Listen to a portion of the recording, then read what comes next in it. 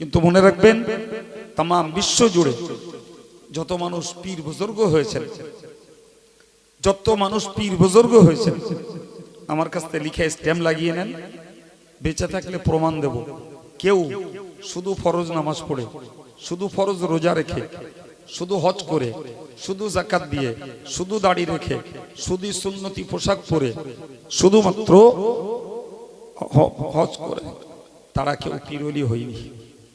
এগুলো তো আল্লাহর নির্দেশের কম্পালসারি ডিউটি, অবশ্যকীয় দায়িত্ব। এগুলো যতক্ষণ পর্যন্ত তেনারা নফল নামাজে, নফল জিকিরে, নফল তাসবিহতে, নফল তেলাওয়াতে, দোয়া দরুদে, তাকওয়া পরহেজগারিতায় যতক্ষণ পর্যন্ত উন্নতি লাভ না করেছেন, ততক্ষণ পর্যন্ত তারা ওলিউল্লাহ রূপে, ভারতবর্ষে পীর রূপে, আরব্য প্রদেশে শায়েখ রূপে তারা গণ্য হতে পারেননি। মহান আল্লাহ তার নবীকে বলেছেন, তুমি তোমার রবের জিকির করো তোমার মনে মনে, কান্নাকাটি সহ, গুপ্ত অবস্থায়, দুনাল জাহরি মিনাল কওল। তুমি তোমার মুখের শব্দকে প্রকাশ করো না, বরং মনে মনে গুপ্তভাবে তোমার রবের স্মরণ করো। বিল গুদুবি ওয়াল আসাল, সকালে এবং সন্ধ্যায়। তাহলে সকাল সন্ধ্যায় জিকিরের প্রতি নির্দেশ স্বয়ং আল্লাহ। কে কোন পীরের সঙ্গে নিসবত লাগিয়েছেন, কে কোন পীরের হাতে বায়াত হয়েছেন, এটি পরের চিন্তা, পরের হিসাব। কিন্তু আগের হিসাব হলো মহান আল্লাহ নিজেই জিকির করতে যেহেতু আদেশ করেছেন এবং সেটিকে সম্বোধন করেছেন ঈমানদারদের জন্য, আল্লাহর বৃদ্ধকে লক্ষ্য করে বলেন, আলেমদেরকে লক্ষ্য করে বলেন, হাফেজদেরকে লক্ষ্য করে বলেন, হাজী সাহেবদেরকে লক্ষ্য করে বলেন। এক কথায় বলেছেন ঈমানদারদের জন্য, হে ঈমানদারেরা, উযকুরুল্লাহ যিকরান কাসীরা, তোমরা অধিক পরিমাণে আল্লাহ পাকের জিকির করো। আমরা অনেকে ভাবি জিকির বোধহয় পীর সাহেবদের ডিউটি, আবার কেউ ভাবি হাফেজ, আলেম, হাজী সাহেব, বয়স্ক মুরব্বী এদের ডিউটি। কিন্তু কোরআন তা বলেনি। কোরআন বলেছে এক কথায় জিকির হলো ঈমানদারদের ডিউটি। সুবহানাল্লাহ বলে। একজন নারী অথবা পুরুষ ভারতীয় আবহাওয়াতে খুব বেশি 15 বছর বয়সে অ্যাডাল্ট হয়ে যায়, সাবালেক সাবালিগা হয়ে যায়। সুতরাং ওই বয়স থেকেই টাইম টু টাইম জিকির করার দায়িত্বটাও ঈমানদারের উপরে বর্তায়। আমরা দেশাচারে বিষয়টাকে একপেশে করে ফেলেছি। ওটা পীর সাহেবদের জন্য ভিন্ন একটা সাবজেক্ট বানিয়ে ফেলেছি। ওরা বয়স্ক বুড়ো মানুষদের জন্য আমরা ওটাকে ভাগ করে দিয়েছি, কিন্তু কোরআন ভাগ করিনি। কোরআন ওটাকে ঈমানদারদের জন্য করতে বলেছে। আমরা করি না, এটা আমাদের গাফলাতি, আমাদের উদাসীনতা, আমাদের অলসতা। ভাই, জিকির করলে একদিন তিনি আল্লাহর ঘনিষ্ঠ হতে পারেন, কিন্তু জিকির করলেই কেউ পীর হয়ে পীর বলে দাবি করতে পারেন না। এটি কোরআনের ফর্মুলা নয়। বরং মনে রাখুন, রাসূল করিম সাল্লাল্লাহু আলাইহি ওয়াসাল্লাম সাহাবায়ে কেরামদেরকে লক্ষ্য করে বলেছেন, সাবাকাল মুফাররিদুন, হুজুর বলেছেন মুফাররিদ ব্যক্তিরা অগ্রগামী হয়েছে। মুফাররিদ কারা? মজলিসে যারা আছেন আলেম ছাড়া অন্যদের পক্ষে হয়তো না জানা সম্ভব, আমিও একদিন জানতাম না, হয় পড়ে অথবা ওস্তাদদের কাছ থেকে শুনে বিষয়টা আমিও জেনেছি। সাহাবাই কিরাম রিদওয়ানুল্লাহি তাআলা আলাইহিম আজমাইন এনারাও প্রাথমিক অবস্থাতে জানতেন না। যখন রাসূল বলেছিলেন সাবাকাল মুফাররিদুন, মুফাররিদ যারা তারা অগ্রগামী, তারা প্রথম সারির মানুষ। হাদিসের ব্যাখ্যায় বোঝা যায় মুফাররিদ ব্যক্তিরা জান্নাতি মানুষদের মধ্যে প্রথম সারির অগ্রগামী মানুষ। সুবহানাল্লাহ। সাহাবায়ে কেরামেরা মুফাররিদ কারা অজানা ছিল বলেই নবীকে জিজ্ঞাসা করেছিলেন, ক্বালু মানিল মুফাররিদুন, বললেন হুজুর মুফাররিদ কারা? প্রিয় নবী কি সুন্দর উত্তর দিলেন, আয-যাকিরুনাল্লাহা কাসীরান ওয়ায-যাকিরাত। নারী এবং পুরুষদের মধ্যে যারা খুব বেশি পরিমাণে জিকির করে, আরবি পরিভাষায় হাদিসের পরিভাষায় ওই মানুষগুলো কি বলা হয়? মুফাররিদুন। সুবহানাল্লাহ। এ থেকে বুঝতে পারা যায় অধিক জিকিরকারী ব্যক্তিবর্গ তারা জান্নাতীদের অগ্রগামী প্রথম সারির মানুষ। সুবহানাল্লাহ। এই হাদিস থেকে আমাদের উৎসাহিত হতে হয় যে আমরা কে পীরের মুরিদ আছি আর না আছি ও বিবেচনাটা পরে করা যাবে, কিন্তু জিকিরের ব্যাপারে অমনোযোগী, অলসতা, উদাসীনতা এটি নিশ্চিত একজন ইমানদারের জীবনে বড় ঘাটতি।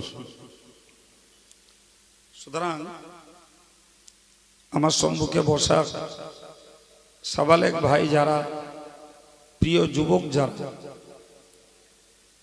আমি সকলের প্রতি আবেদন রাখব,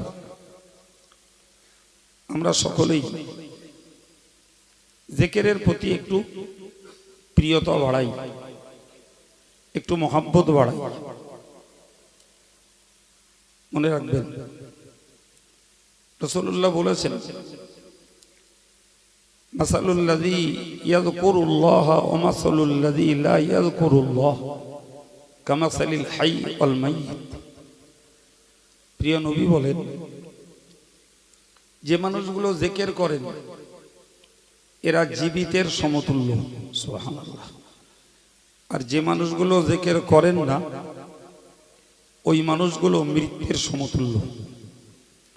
তাহলে জিকির শূন্য মানুষগুলো এক পর্যায়ের মুর্দা, আর জিকিরকারী মানুষগুলো তারা কার্যত জীবন্ত এবং গুণগত ভাবেও তারা জীবন্ত। সুবহানাল্লাহ। সত্য কথা বলতে গেলে বলতে হয়, বাংলার অধিকাংশ মানুষ কি ধর্মপরায়ণ, কি অধার্মিক, আমরা সবাই পীর ভক্ত মানুষ। পীরেদের প্রতি আমাদের খুব দুর্বলতা, পীরেদের প্রতি আমরা নিবেদিত অন্তরের মানুষ, তাদের ব্যাপারে আমরা সবকিছুই উৎসর্গ করতে প্রস্তুত। কিন্তু तमाम পৃথিবীর হক সিলসিলায় তরিকতের ওলি যারা, তাদের আল্লাহর সান্নিধ্যে পৌঁছানো সিঁড়ির প্রথম সোপানটাই ছিল জিকির। সুবহানাল্লাহ। যারা আল্লাহর প্রিয়তা অর্জন করতে, আল্লাহর ঘনিষ্ঠতা লাভ করতে যে বিষয়টাকে তারা প্রথম অবলম্বন করেছিল সেটি হলো ধারাবাহিকভাবে সকাল সন্ধ্যাতে আল্লাহর নামের জপ জিকিরের মধ্যেই তারা ডুবেছিলেন। আমরা পীর ভক্ত, কিন্তু সুন্নত ভক্ত কম। আমরা পীর ভক্ত, জিকির ভক্ত কম। আমরা পীর ভক্ত, কিন্তু নফল ইবাদতের ভক্তি কম। আমরা পীর ভক্ত, কিন্তু জিকিরের প্রতি ভক্তি তো ভক্তি, অভ্যাসটুকুও নাই। এই মানুষ বেশি। আমি আপনাকে বেয়াদবির ক্ষমা চেয়ে বলছি, আমি পীর সাহেব হয়ে পীরের জায়গা দখল করে কথা বলছি, ভুল বুঝেন না। যাই টদ্দাক পড়তে পারি, পড়ে শুনে যতটুকু বুঝ হয়েছে সেটাই আপনাদেরকে শেয়ার করছি, সেটাই আপনাদেরকে জানান দিচ্ছি যে এটি পীর হওয়ার জন্য নয়, একটি ইমানদারের ইমানি গুণ ও মান বাড়ানোর জন্য, আল্লাহ পাকের প্রিয়তা অর্জনের জন্য, আল্লাহর ঘনিষ্ঠতা লাভের জন্য জিকির ইমানদার মুসলমানদের দৈনিক সকাল সন্ধ্যার নিত্য একটি সাবজেক্ট হওয়া দরকার। তাতে লাভ হবে। প্রথমত আমাদের হৃদয়ে ময়লা সাফ হবে। জিকিরের আঘাতে অন্তরের উপরে যে পাপের স্পট পড়েছে, ওই পাপের স্পটটি উঠে যাবে। শিশুকালের নির্মল পরিচ্ছন্ন অন্তরটি ফিরে পাওয়া যাবে। সুবহানাল্লাহ। জিকিরের বিনিময়ে গুনাহ মাফ হবে, জিকিরের বিনিময়ে সওয়াব লাভ হবে, জিকিরের বিনিময়ে শয়তান বিদরিত হবে। সুবহানাল্লাহ। জিকিরের বিনিময়ে আল্লাহ চাহেন তো ওই মানুষটা মৃত্যুটা হবে মায়ের কোলে দুধ খাওয়া বাচ্চা যখন দুধ পান করতে করতে ঘুমিয়ে যায়, মৃত্যুর সময় জিকিরকারী মানুষটার আল্লাহ চাহে তো ওরকম নরম মরণ হবে। সুবহানাল্লাহ। এই ফায়দাগুলো পীর সাহেব শুধু একলা দখল করবে? এই ফায়দাগুলো শুধু হাফেজ সাহেব আর মৌলানা সাহেবের জন্য? এই উপকারিতা শুধু হাজী সাহেবের জন্য? না বাবা। আমরা যদি এটাকে ভাগ করে একটা সম্প্রদায়ের দিকে ঠেলে দিই, তাহলে আমাদের বুঝবার ত্রুটি। এই গুণ, যোগ্যতা, এই উপকারিতা যে ইমানদারটা ইয়েতে মশগুল হবেন, নিমগ্ন হবেন, তিনি লাভ করতে পারবেন। সুবহানাল্লাহ। সুতরাং আজকে বাগবাড়িয়া হালিমাতুস সাদিয়া এই বালিকা ইনস্টিটিউটে বাৎসরিক ইসলাম সাহেবের মজলিসে বসে আমরা একটা মন তৈরি করে বাড়ি ফিরি যে অন্তত আমরা যারা 5 ওয়াক্ত নামাজি, আমরা প্রতি সকাল সন্ধ্যায় নিজের টানে নিজের মনে আওয়াজ করে না, লোককে অবগত করানোর জন্য না, আল্লাহর প্রেম লাভের জন্য একটু জিকিরের সময় ব্যয় করব, এই শক্তপোক্ত একটা নিয়ত আজকের এই মজলিসটাকে করে দরকার। যারা এই আদাতের সঙ্গে যুক্ত আছে তথা যারা দৈনিক জিকির করেন, আমি মনে করি তারা খুশনসিব। তাদের বাকি জীবনটা ধরে রাখা তাদের ডিউটি। যারা আমরা মোটেই অভ্যস্ত নই, আজকের এই মজলিস থেকে যদি অভ্যাসটাকে বানিয়ে যেতে পারি, তাহলে আমরা ওই লাভগুলো পাব। প্রত্যেকটার হাদিস থেকে প্রমাণিত হয়েছে। হাদিস শরীফে এসেছে, রাসূল করিম সাল্লাল্লাহু আলাইহি ওয়াসাল্লাম সাহাবায়ে কেরামদেরকে লক্ষ্য করে বলেছিলেন, ইয়াদখুলুল জান্নাতা মুফরিদুন, আমি আগে একটা শব্দ বলেছি মুফাররিদ, যার বাংলা উচ্চারণ মহেশু ফর, মহেশু ফয়াকার রয়হস্যি দ। আবার একবার বলছি, মহেশু ফয়াকার মুফার রয়হস্যি দ রিদ। এক বচনে মুফাররিদ বলা হয়, বহু বচনে মুফাররিদুন। তো তাদের ব্যাপারে কি বলেছি, যারা তারা জান্নাতি মানুষদের অগ্রগামী সম্প্রদায়। সুবহানাল্লাহ। কিন্তু পরে যেটি বলছি এটি হাদিসের শব্দ হলো মুফরিদ। এই মুফরিদ শব্দটির অর্থ হলো হালকা পাতলা। তো হালকা পাতলা আমরা আমাদের ভাষায় আমাদের সমাজ ব্যবস্থায় বুঝি যাদের গায়ে গোস্ত কম, ওয়েট কম। তো রাসূল বললেন যারা হালকা পাতলা এরা জান্নাতে যাবে। সম্মানিত ভাইরা, তাহলে যারা মোটা তাজা 2 মণ 2.5 মণ 3 মণ ওজনের মানুষ, তারা তো রাগ করবে যে মোটা আমরা ইচ্ছা করে হইনি, আল্লাহ বানিয়েছেন। তাহলে পাতলারা যদি জান্নাতে যায় আমরা দোষ কি করলাম? এরকম একটা অভিযোগ উঠে আসা স্বাভাবিক। আসলে রহস্যটা বুঝলে অভিযোগ থাকবে না। রাসূল বলেছেন মুফরিদ হলো ওই ব্যক্তিগুলো আল্লাহ যারা জিকির করে জিকির করে জিকির করে নিজেদের গুনাহগুলোর বোঝাকে ঝরিয়ে হালকা হয়ে গেছে। তাহলে হালকা মানে গোশতে হালকা নয়, হালকা মানে গুনাহের বোঝাতে যারা নিজেকে হালকা করতে পেরেছে এই মানুষগুলো জান্নাতে চলে যাবে। তাহলে আমি একটা শব্দ বলেছি মুফাররিদ, আরেকটা শব্দ বলেছি মুফরিদ। দুটিরই সম্পর্ক জিকিরের সঙ্গে। মুফাররিদ হলো যারা অধিক পরিমাণে জিকির করে, আর মুফরিদ হলো বেশি বেশি জিকির করে গুনার বোঝাটাকে ঝরিয়ে ফেলেছে। গায়ে তার গোশত 3 মণ হোক, কিন্তু তারপরেও রাসূলের ভাষায় ওই লোকটা হালকা পাতলা।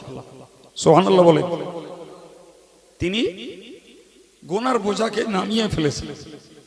ফলে গোশতে তার ওয়েট বেশি, কিন্তু গুনার বোঝাতে তিনি হালকা, ওজনে কম, তার নেকির পাল্লা ভারী। সুবহানাল্লাহ।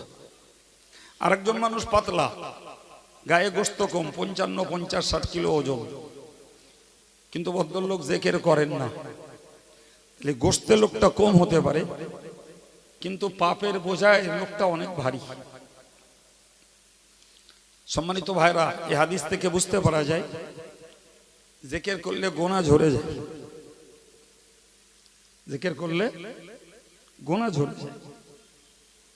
হাদিস শরীফে এসেছে, রাসূল বলেছেন আশ-শাইতানু জাসিমুন আলা কলবি ইবনি আদম। শয়তান মানুষের হৃদয় রাজ্যে বসে, অন্তরে বসে। ফাইযা যাকারাল্লাহ খানাসা। বান্দা যেই জিকির শুরু করে শয়তান তখন পালিয়ে যায়। ও জিকিরের মার সহ্য করতে পারে না, অন্তর থেকে ছুটে বেরিয়ে চলে যায়।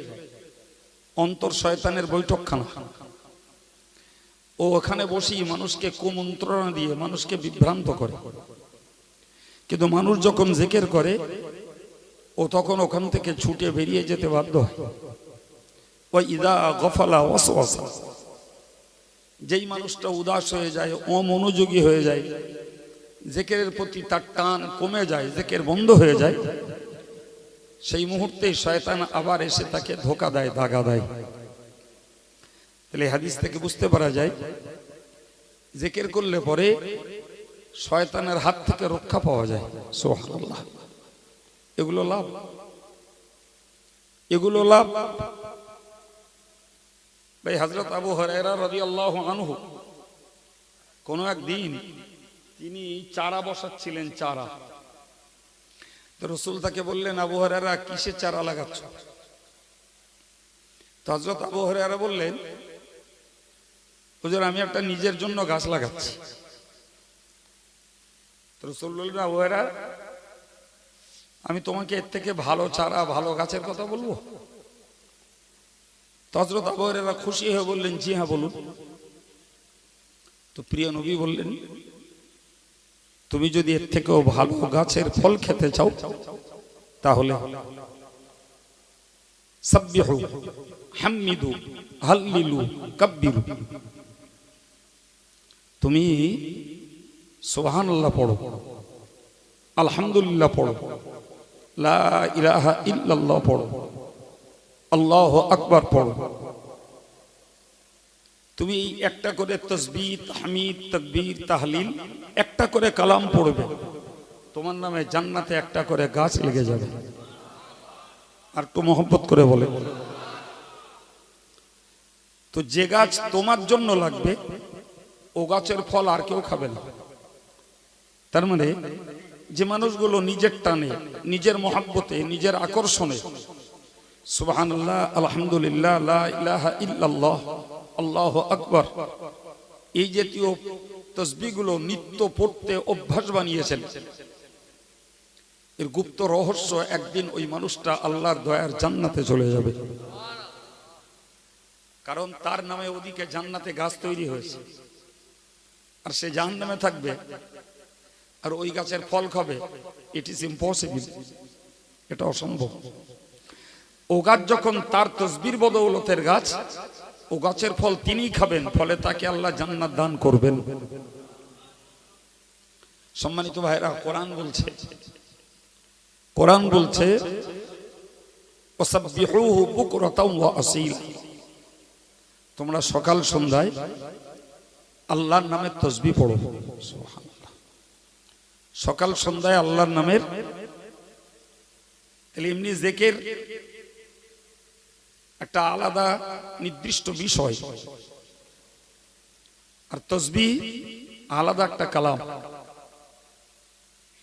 আমি প্লেন আল্লাহ আল্লাহ আল্লাহ আল্লাহ আল্লাহ, এটা জিকির। কিন্তু আমি পড়ছি সুবহানাল্লাহ আলহামদুলিল্লাহ লা ইলাহা ইল্লাল্লাহ আল্লাহু আকবার। এই সুবহানাল্লাহকে বলা হয় তাসবিহ, আলহামদুলিল্লাহ বলা হয় তাহমিদ, লা ইলাহা ইল্লাল্লাহ এইটা পড়াকে বলা হয় তাহলিল, আল্লাহু আকবার এইটাকে বলা হয় তাকবীর। তাহলে তাসবিহ তাহমিদ তাহলিল তাকবীর, তাসবিহ তাহমিদ তাহলিল তাকবীর, সুবহানাল্লাহ আলহামদুলিল্লাহ লা ইলাহা ইল্লাল্লাহ আল্লাহু আকবার। তার মানে সকাল সন্ধ্যায় তোমরা আল্লাহর নামের জপ করো এক্সট্রা, এই চারটে কালামকে তোমরা এটাকেও তোমাদের আমলে জিন্দা রাখো। তুমি বেশি না পারো, কম পারো, ধরে রাখো। প্রিয় নবী বলেছেন আহাব্বুল কালামি ইলাল্লাহি আরবা, প্রিয় নবী বলেন আল্লাহর কাছে সর্বাপেক্ষা প্রিয় বাক্য হলো এই চারটি। সুবহানাল্লাহ বললাম, সর্বাপেক্ষা প্রিয় বাক্য, সর্বাপেক্ষা প্রিয় বাক্য। এই নির্দেশ শুধু আমাদের জন্য নয় বাবা, কোরআনে আল্লাহ বলেছেন ফাসাব্বিহ বিহামদি রাব্বিক, ওগো নবী তুমি তোমার রবের প্রশংসা যুক্ত তাসবিহ পড়ো। আবার বাংলাটা বলছি, আল্লাহ তার নবীকে বলেছেন ওগো নবী তুমি তোমার রবের প্রশংসা যুক্ত তাসবিহ পড়ো। সম্মানিত ভাইরা, এই প্রশংসা যুক্ত তাসবিহ হলো, তাফসীর কারক লিখেছেন সুবহানাল্লাহি ওয়া আলহামদুলিল্লাহ অথবা সুবহানাল্লাহি ওয়া বিহামদিহি। সুবহানাল্লাহ বলেন। আমার কথা যদি বুঝে থাকেন, বুঝতে যদি কষ্ট না হয়, তাহলে নিশ্চিত কিছু সওয়াব কামাইয়ের খোরাক পাচ্ছেন। ভাই, সহিহ মুসলিমের একটি হাদিস এসেছে, রাসূল করিম সাল্লাল্লাহু আলাইহি ওয়াসাল্লাম বলেন সুবহানাল্লাহি তামলাউল মিজান যারা নিজের মহব্বতে আল্লাহ পাকের পবিত্রতা বর্ণনার উদ্দেশ্যে সুবহানাল্লাহ বলে, এদের নেকির পাল্লাটাকে আল্লাহ সওয়াব দিয়ে ভরপুর করে দেন। পরের বাক্যে এসছে সুবহানাল্লাহি ওয়াল হামদুলিল্লাহি তামলাউ আও তামলাআনি মা বাইনাস সামাওয়াতি ওয়াল আরদ। সুবহানাল্লাহ বলে যে যারা সুবহানাল্লাহ আলহামদুলিল্লাহ এই দুটো কালামকে পরপর বলো, পরপর সুবহানাল্লাহ আলহামদুলিল্লাহ, সুবহানাল্লাহ আলহামদুলিল্লাহ, সুবহানাল্লাহ আলহামদুলিল্লাহ। প্রিয় নবী বলেছেন এই জমিন থেকে শুরু করে আসমান পর্যন্ত এই মাঝখানের ফাঁকা জায়গাটাকে আল্লাহ ওই বান্দার জন্য সওয়াব দিয়ে ভরপুর করে দেবেন। বিশ্বাস করুন, রাগ করেন না। আমরা ওয়াজ করতে পারি, ওয়াজ শুনতে জানি, আমরা ইহকাল পরকালের বহু কথা জানি, আমরা আধুনিকটাকে জানি, বিলাসিতা জানি, রুজি রোজগার জানি, সব কিছুতেই আমরা বেশি মুখী। কিন্তু আমার যেটা সমাজে একটু আধটু যা ঘুরি, তাতে আমার মনে হয়েছে যে আমরা কম্পালসারি ডিউটিগুলো ছাড়া এডিশনাল ডিউটি করে, ওভারটাইম করে কিছু এক্সট্রার মজুরি জোগাড় করব, এ ব্যাপারে মানুষ খুব কম। কম্পালসারি ডিউটি 5 ওয়াক্ত নামাজ পড়ি, রমজানের রোজা রাখি। যারা যাকাত দেওয়ার মানুষ তারা 40 টাকায় 1 টাকা হিসাব করছে যাকাত দেন, টাকা হয়েছে হজ করে এলেন। ভাই এগুলো সব কম্পালসারি ডিউটি। কিন্তু মনে রাখবেন, নফল নামাজ, নফল জিকির, নফল তাসবিহ, নফল তেলাওয়াত, দরুদ শরীফ পড়া, এগুলো সব এডিশনাল, এগুলো ঐচ্ছিক। যিনি যত করবেন তার নেকির পাল্লা তত ভারী হবে, যিনি যত করবেন তিনি আল্লাহর তত ঘনিষ্ঠতায় পরিণত হবেন, যিনি যত করবেন নিশ্চিত তার গুনার বোঝাটা তত হালকা হয়ে যাবে। এবার আমাদের বিবেচনা যে আমরা এই এডিশনাল সাবজেক্টটাকে সঞ্চয় করব কি করব না, সেটা প্রত্যেকের নিজের ব্যাপার। কিন্তু মনে রাখবেন, তাম বিশ্ব জুড়ে যত মানুষ পীর বুজুর্গ হয়েছেন, যত মানুষ পীর বুজুর্গ হয়েছেন, আমার কাছ থেকে লিখে স্ট্যাম্প লাগিয়ে নেন, বেঁচে থাকলে প্রমাণ দেব। কেউ শুধু ফরজ নামাজ পড়ে, শুধু ফরজ রোজা রেখে, শুধু হজ করে, শুধু যাকাত দিয়ে, শুধু দাড়ি রেখে, শুধু সুন্নতি পোশাক পরে, শুধুমাত্র হজ করে, তারা কেউ পীরওয়ালি হয়নি। এগুলো তো আল্লাহর নির্দেশের কম্পালসারি ডিউটি, অবশ্যকীয় দায়িত্ব। এগুলো যতক্ষণ পর্যন্ত তেনারা নফল নামাজে, নফল জিকিরে, নফল তাসবিহতে, নফল তেলাওয়াতে, দোয়া দরুদে, তাকওয়া পরহেজগারিতায় যতক্ষণ পর্যন্ত উন্নতি লাভ না করেছেন, ততক্ষণ পর্যন্ত তারা ওলিউল্লাহ রূপে, ভারতবর্ষে পীর রূপে, আরব্য প্রদেশে শায়েখ রূপে তারা গণ্য হতে পারেননি। কোরআনের পরিভাষায় এদেরকে বলা হয় ওলি আল্লাহ। ভারতবর্ষে মোগল সাম্রাজ্যে এদেরই নাম হয়েছিল পীর, আজও দেশে তাই চলছে। আরব প্রদেশগুলোতে এই জাতীয় মানুষগুলোকে বলা হয় শেখ। কথা বোঝাতে পারছি জি? তো তেনারা কখনো পর্যন্ত এই অতিরিক্ত নফল কাজগুলো না করা পর্যন্ত তারা বেলায়েতের দরজা, আল্লাহর বন্ধুত্বের দরজা তারা লাভ করতে পারেননি। যদিও একটা কথা এক্সট্রা শুনে রাখতে হবে, আরব প্রদেশে একজন মুহাদ্দিসকে, একজন শিক্ষককে, একজন বয়স্ক মানুষকেও শায়েখ বলা হয়। ওটা ও দেশের একটা প্রচলিত ভাষা। সম্মানিত ভাইরা আমার, প্রিয় যুবকেরা, আমি টুকটুক করে আপনাদের ব্রেনটাকে এই কথাগুলো দিয়েই একটু কালচার করতে চাচ্ছি। মনে রাখার দরকার, তাহলে জিকির করলে, তাসবিহ পড়লে সওয়াব হয়, গুনাহ মাফ হয়। সব থেকে বড় কথা হলো, মনে রাখবেন, কোরআনে আল্লাহ বলেছেন, ওমা উমিরু ইল্লা লিয়াবুদুল্লাহ মুখলিসিনা লাহুদ্দিন। হুজুর বলেছেন যে মানুষকে আদেশ করা হয়েছে দিনটাকে, ইবাদতটাকে খাঁটি আল্লাহর জন্য করতে। সুবহানাল্লাহ, খাঁটি আল্লাহর জন্য করতে। সেখানে লোক দেখানির মনোভাব থাকবে না, লোককে শোনাবার গল্প থাকবে না। আমার নামাজ, আমার রোজা, আমার ওয়াজ, আমার জিকির, আমার তাসবিহ, আমার তেলাওয়াত, আমার দান সদকা, যা কিছুই একমাত্র শুধুমাত্র কেবলমাত্র ওই আল্লাহ মালিককে সন্তুষ্ট করার জন্য। কিন্তু একটু একটু পার্সোনালি ইন্ডিভিজুয়ালি ভাবলে আমরা বুঝবো আমাদের বহু ইবাদত আমল আল্লাহ বেহতার জানে বিনষ্ট হচ্ছে মানুষের কাছে সম্মান কুড়াবার লোভে, মানুষের কাছে নাম কিনবার ধান্দায়, মানুষের কাছে খ্যাতি অর্জনের চিন্তায়, মানুষের কাছ থেকে জিন্দাবাদ কোড়াবার ধান্দায়, মানুষের কাছ থেকে বাহবা কোড়াবার ধান্দায় আমাদের অনেক কষ্ট মেহনতের ইবাদত আমল, দান সদকা, ওয়াজ নসিহত, জিকির, তাসবিহ এগুলো সর্বনাশ হচ্ছে, সর্বনাশ হচ্ছে। ইবলিস যখন দেখে একটা বান্দাকে কোনো প্রকারে তাকে আটকানো গেল না, সে ইবাদত করবেই, সে নামাজ পড়বেই, সে জিকির করবেই, সে ওয়াজ করবেই, এটাও তো সওয়াবের কাজ, তো কোনোভাবেই ইবলিস আটকাতে পারলো না। সর্বশেষ ইবলিসের চক্রান্ত হলো, তুই সময় ব্যয় কর, অর্থ ব্যয় কর, কষ্ট স্বীকার কর, তারপরেও তোরটা যাতে মজুরি শূন্য হয়ে যায়, তুই যাতে পারিশ্রমিক না পাস, তার জন্য তোর নিয়তে আমি বিভ্রান্তি ঘটিয়ে দেব।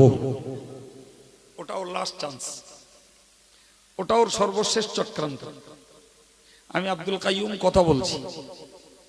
ইবলিস আমার ভিতরে উন্মাদনা তৈরি করে দিল যে দেখ, তোর মতন আলোচনা না কেউ করতে পারে না।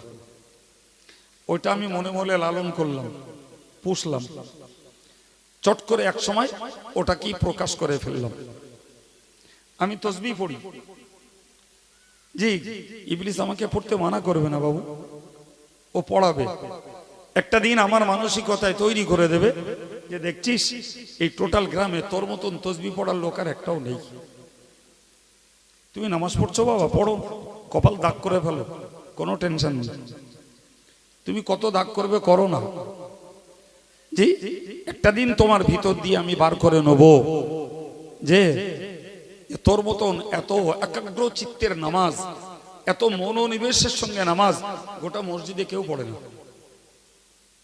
পট করে ওইটা বলে ফেললাম, কি নামাজ পড়ছিস তোরা, ওতে নামাজ হয়? নামাজ পড়বি তো আমার মতো পড়। হয়ে গেল। আমার কথা বোঝাতে পারছি আমি? ইবলিস এর জন্য ওত পেতে বসে আছে যে তোরে যখন ইবাদতে যুক্ত করা থেকে বাধা দিতে পারলাম না, তুই হজ করছিস কর্নারে, কর হজ, তোর মাথায় ঢুকিয়ে দিলুম যে তুই যা হজ করেছিস তোর মতন হজ বর্তমান কালে আর কেউ করতে পারে না। সুরে স্বরে বিষয়ে তুই একদম তুঙ্গে। এই যে ইবলিসের সুট পলিসি অত্যন্ত সূক্ষ্মভাবে তার যে চক্রান্ত, সেই চক্রান্তের ভিতর দিয়ে ও চায় আল্লাহর বান্দারা, আল্লাহর বান্দিরা ইবাদতের কাজ যখন বাধা দিলাম তারপরেও ছাপিয়ে করতে যাচ্ছে তো করুক, কিন্তু ওর ভিতরে তৈরি করে দেব লোক দেখানির মানসিকতা, তৈরি করে দেব লোককে শোনাবার মানসিকতা, তৈরি করে দেব অহংকার আর বড়াইত্বের মানসিকতা, ওর ভেতরে তৈরি করে দেবো আলউজ, অর্থাৎ নিজেরটাকেই নিজে সব থেকে ভালো পছন্দসই মনে করা। এই জাতীয় বদ অভ্যাসগুলো তার ভিতরে যখন তৈরি হয়ে যায় তখনই তার ইবাদত আমলগুলোর শ্রম সব পণ্ড হয়ে যায়।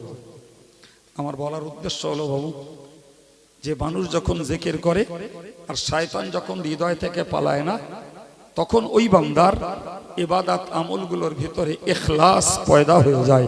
সুবহানাল্লাহ।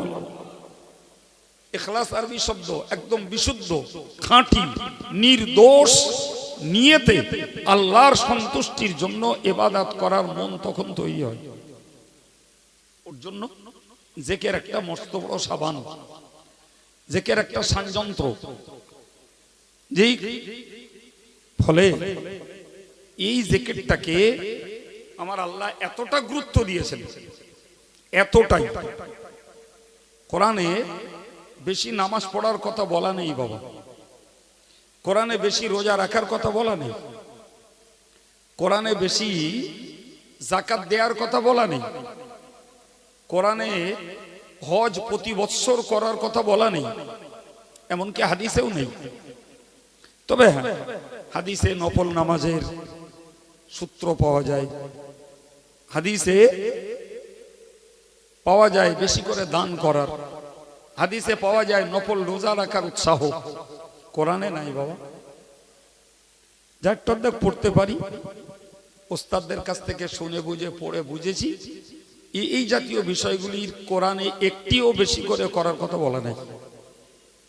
কিন্তু আপনাকে আমি শুনিয়েছি, আর একবার রিমাইন্ডার দিচ্ছি, স্মরণ করিয়ে দিচ্ছি, কোরআনে আল্লাহ একটা জিনিসকে বেশি করতে বলেছেন, সেটার নাম জিকির। সুবহানাল্লাহ বলবেন। আমি আবার বলছি, আমার কথা রেকর্ড হচ্ছে, আমি অন ক্যামেরায় কথা বলছি, এখানকার কয়েকশো লোকের সামনে কথা বলছি না, সারা পৃথিবীর প্রবাসী বাঙালিদের কাছে কথা বলছি। মনে রাখবেন, কোরআনে বেশি করে নামাজ, বেশি করে রোজা, বেশি করে যাকাত, বেশি করে হজ করার কথা বলেন বলা নাই। কিন্তু কোরআন সুস্পষ্ট ভাষায় বলছে, ইয়া আইয়ুহাল্লাযীনা আমানু যকুরুল্লাহ যিকরান কাসীরা। হে ঈমানদার, তুমি আল্লাহর জিকির করো বেশি পরিমাণে। সুবহানাল্লাহ। এ থেকে বুঝতে পারা যায় যে জিকিরটাকে স্বয়ং আল্লাহ বেশি করে করতে বলছেন, নিশ্চিত তার গুরুত্ব আছে, নিশ্চিত তার তাৎপর্য রয়েছে, নিশ্চিত তার অন্তর্নিহিত উপকার রয়েছে।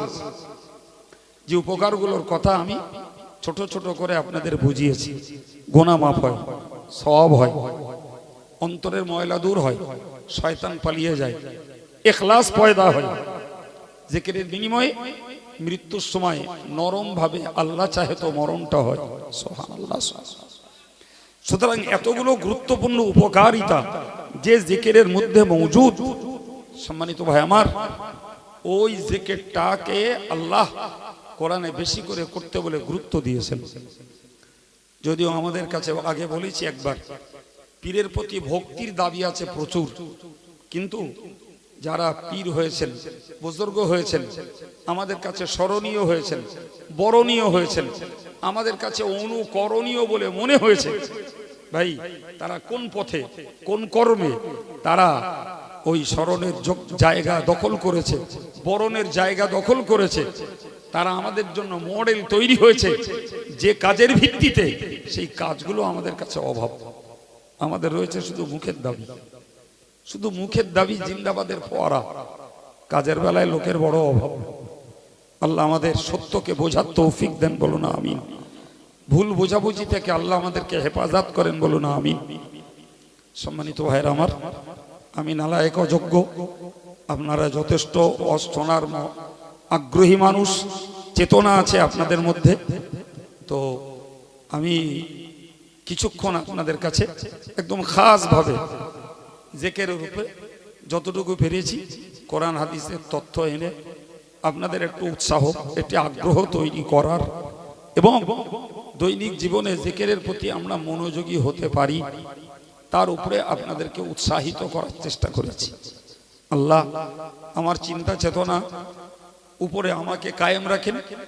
যাদেরকে আলোচনা শুনিয়েছি, আমার সেই সমস্ত ভাইদের, স্নেহাশিস প্রিয় যুবকদের, সম্মানিতা পর্দার মায়েদের, আল্লাহ এই গুণগত চরিত্রের উপরে কায়েম থাকতে আর আগামী দিনে কায়েম হতে সকলকে তৌফিক নসিব করেন, বলুন আমিন। সম্মানিত ভাইরা, পীরের আদর্শ আখলাক, তারা জিকিরের পূর্বে একটু সবরেসানি করতেন, তো আমরা সেই সবরেসানিটুকু করব। তার আগে সূরা ফাতিহা, ইখলাস, দরুদ শরীফ একটু পড়ুন।